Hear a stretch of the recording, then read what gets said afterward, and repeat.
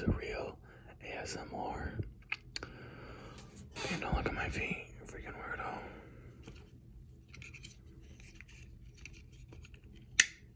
Oh shoot, that was loud. Today I'm gonna whisper a little bit more. I haven't posted in a while. I've been on summer vacation.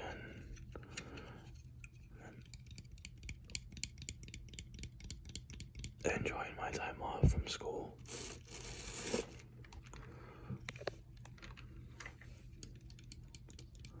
And I'm back home right now.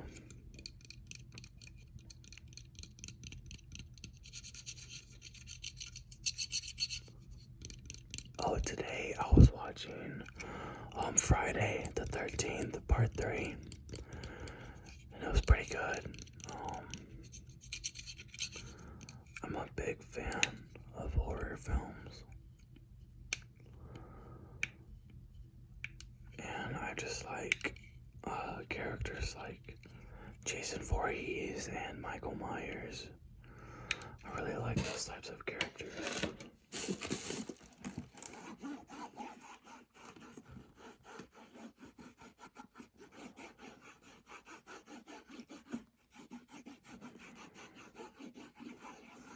So yeah, I'm gonna try and upload probably like 3 times by this Saturday.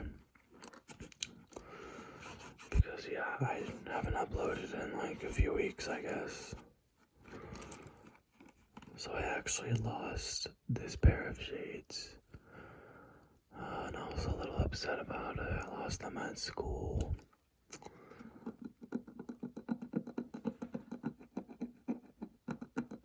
I lost them at school after one of my classes.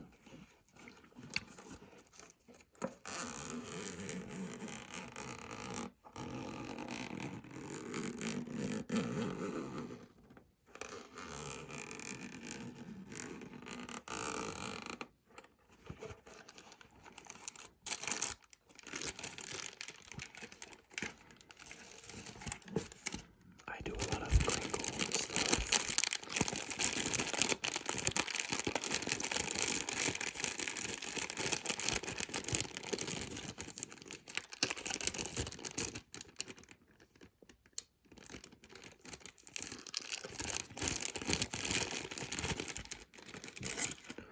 What are these? What are these?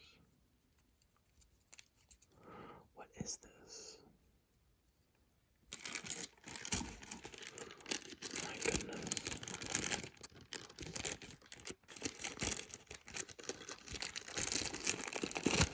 Let's just put it back. Just put it back.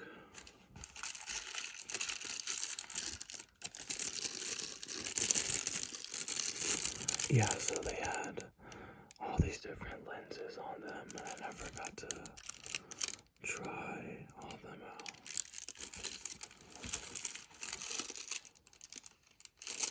It's a little upsetting, but oh well.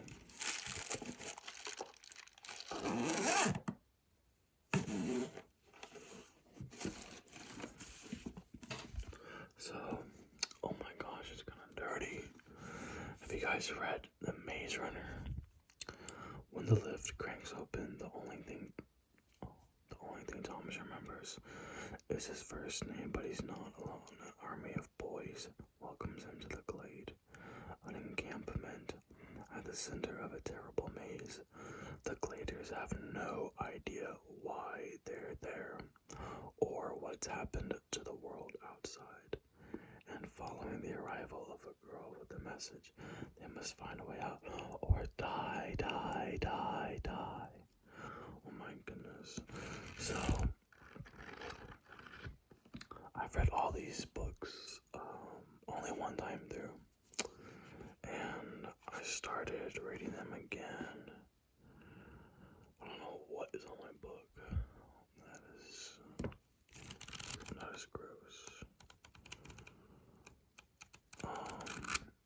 It's a super easy read. It's not that complicated, if you ask me. I mean, there's a lot of different parts to the story, especially later on, but this first book is really simple. I mean, it's just them navigating life in the maze and, being brave enough to actually figure out a pattern in it and then escape.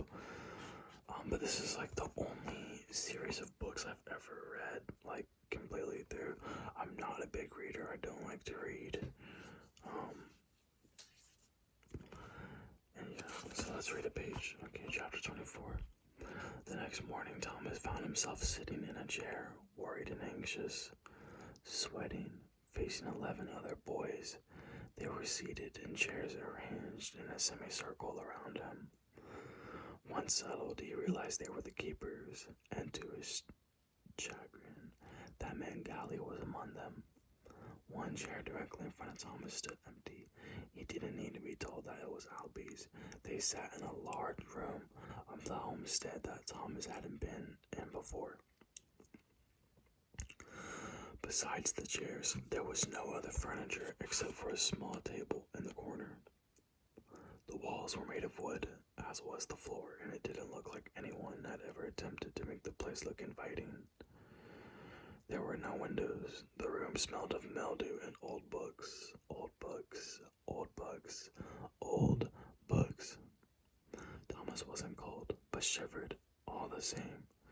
He was at least relieved that Newt was there. He sat in the chair to the right of Albie's empty seat. In place of our leader sick in the bed, I declared this gathering begun, he said, with a subtle roll of his eyes, as if he hated anything approaching formality. As you all know, the last few days have been bloody crazy, and quite a bit seems centered around our green bean, Tommy, seated before us. Thomas's face flushed with embarrassment. He's not that greeny anymore, Galley said, his scratchy voice so low and cruel it was almost comical. He's just a rule breaker now. This started off a rumbling of murmurs and whispers, but Newt shushed them. Thomas suddenly wanted to be as far from that room as possible. Galley, Newt said, try to keep some bug in order here. If you're gonna blabber your shook mouth every time I say something, you can go ahead and bloody leave, because I'm not in a very cheerful mood. So you see how, like, the author is like, I'm not sure if they're from the UK, but like a lot of this like language that Newt speaks in, like, he's very like, it sounds like he's from the UK or something. Thomas wished he could cheer at that. Galley folded his arms and leaned back in his chair, the scowl on his face so forced that Thomas almost laughed out loud. He was having a harder and harder time believing he'd been terrified of the guy just a day earlier. He seemed silly, even pathetic now. Newt gave Galley a hard stare, then continued, glad we got that out of the way. Another roll of the eyes. Reason we're here is because almost every living kid in the glade has come up to me in the last day or two, either boo-hooing about Thomas or begging to take his bloody hand in marriage. We need to decide what we're gonna do with him. Galley leaned forward, but Newt cut him off before he could say anything. You'll have your chance, Galley, one at a time. And Tommy, you're not allowed to say a bugging thing until we ask you to. Good that. He waited for a nod of consent from Thomas, who gave it reluctantly, then pointed to the kid in the chair on the far right. Sark, you start. There were a few snickers as Sark, the quiet big guy, who watched over the garden, shifted in his seat. So I really love The Maze Runner. I wish the movies did the book justice. In my opinion, they don't. I understand that's how most books are compared to the movies that can be made from them. But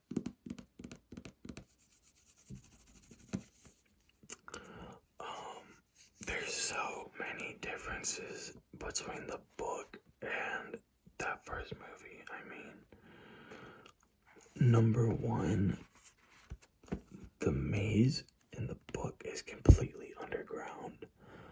They're not above ground. Number two, the maze in the book is like described as way bigger than it is in the movie. Which I understand, like, it's kind of hard to translate some things over sometimes, so, and then in the second book, I mean, they spend a good amount of time in that tunnel before they make it out to the desert, and in the movie, the tunnel, like, isn't as, like, emphasized. Oh my gosh, I just lost the page I was on.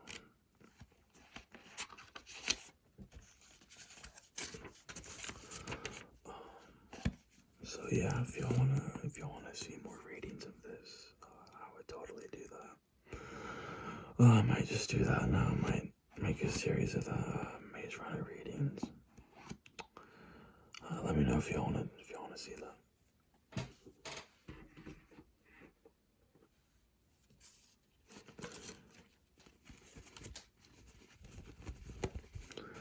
This is my Dallas Cowboys COVID mask. I'm a big Cowboys fan.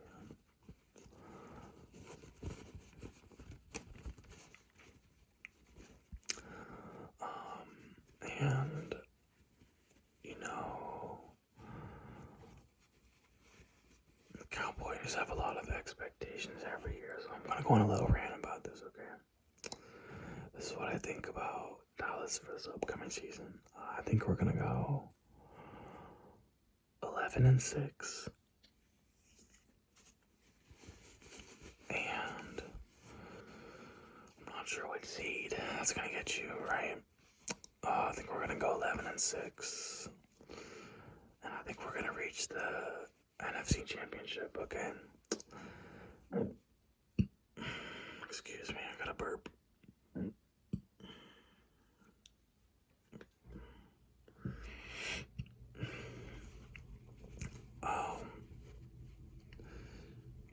I really think with Dallas, I think the number one thing with the Cowboys is the inability to stop the run. I mean, oh my gosh, like every big game that Dallas loses, half of the time at least, they can't stop the run. Like the running backs averaging like 4 to 5 yards to carry on us in those big games, and that puts a lot of stress on everybody. You know, I really do think like winning football starts there and stopping the opponent's run. I expect Mozzie Smith to make more of an impact. He needs to get tackles for losses in the run game. Like, that's what we need. We don't really need sacks out of him. We need him to make big plays in the backfield and disrupt the offense.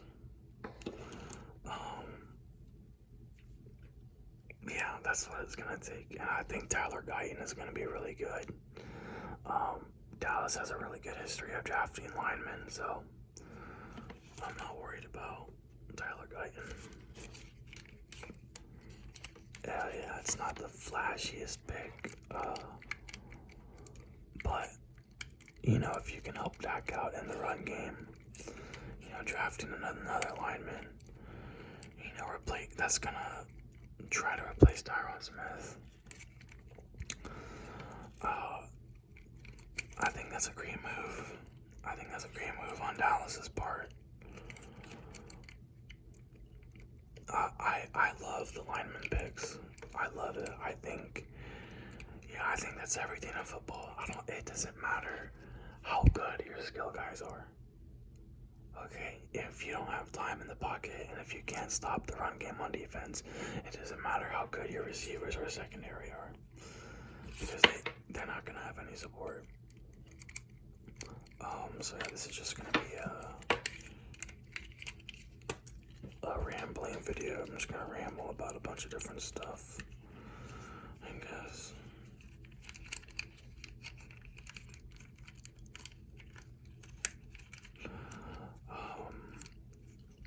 Yeah, that's my take on Dallas, you know.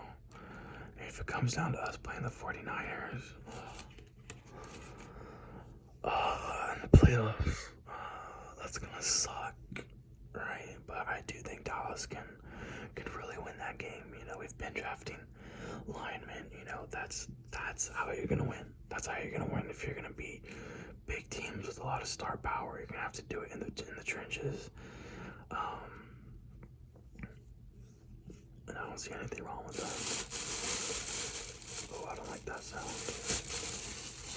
Sorry, I don't like that sound.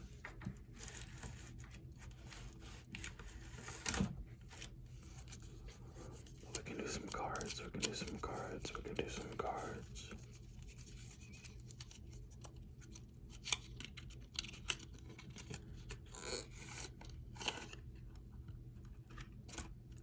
I love holding cards.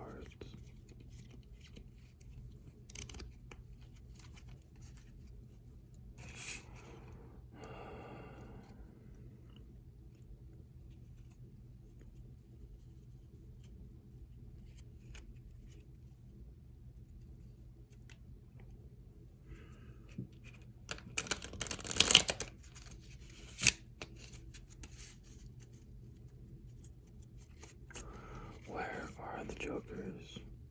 I love the art design on cards. I'll show y'all my other deck here in a bit.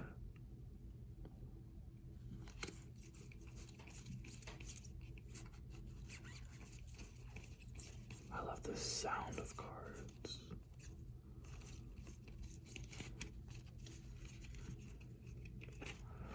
And I've watched a lot of like JoJo's ASMR, if that's his name. I kind of forgot. I haven't seen him in a while, but I love like his card ASMR videos. I think that's so cool.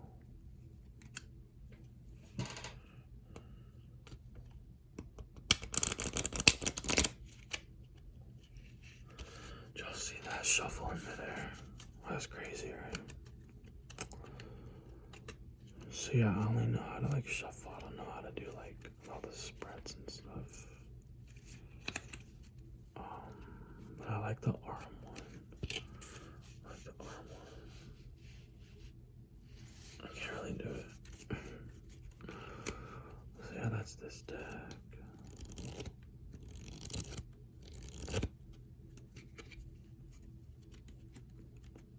Oh, and I just saw A Quiet Place Day 1. It was really good.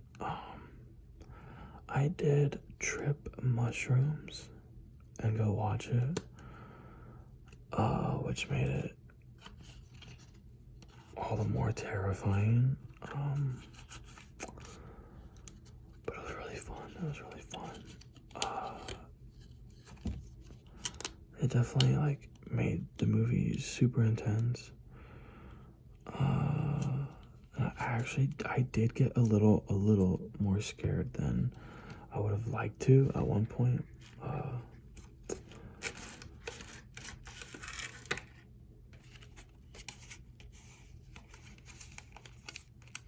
But I really liked it. I would give it a, on a scale of 1 to 10. I would give it an 8. I mean, I really like that genre. I really like that. I like the mystery around the aliens that come down, and it's like, you know, the movie never really addresses like where they're from or like what happened to their planet, I guess. Or maybe I missed it. I don't know. Oh yeah, these cards are from like the Venetian. I think it's some hotel in Las Vegas. I don't know. But I found these lying around the house one day and nobody claimed it. So I claimed it. I try to be really delicate with these cards. Look at that. They are so freaking cool, aren't they?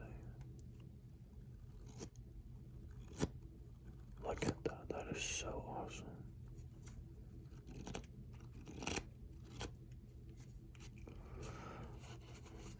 Look at the art. That is so good. Look at that.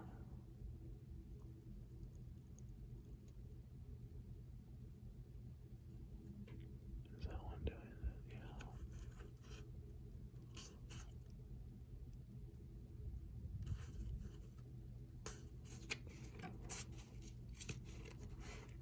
So nice. This is my favorite deck by far that I've ever had. They're just so fun to look at, and they feel so nice. Like they don't get stuck to anything. Like, look at the Queen. Look at the Joker. Y'all ready for Joker too? My boy Joaquin, look at the Ace. Wow. I haven't looked at that in a while. So yeah, what I liked about A Quiet Place, day one, I kind of forgot the names of the characters, but I liked how the guy that's following the main girl around, I like how, like, he's not brave. He's scared. Like, he's very human. It's not this, like, it's not always a heroic tale, in a sense. Like, I like how very real it is. Like, most people would be like that. Most people would be scared to go off alone and something like that, right?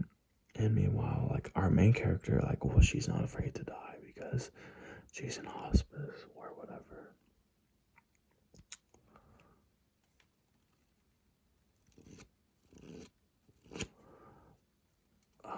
So I like that. I liked the New York setting. I like that, like, where you're in a metro area versus, like, more rural and, like, abandoned places. And then I like the amount of monster, the Death Eaters, Death Angels. I forgot. I don't know. I like how many of them there were. Like that scene when they're all. Oh my goodness. Hope that wasn't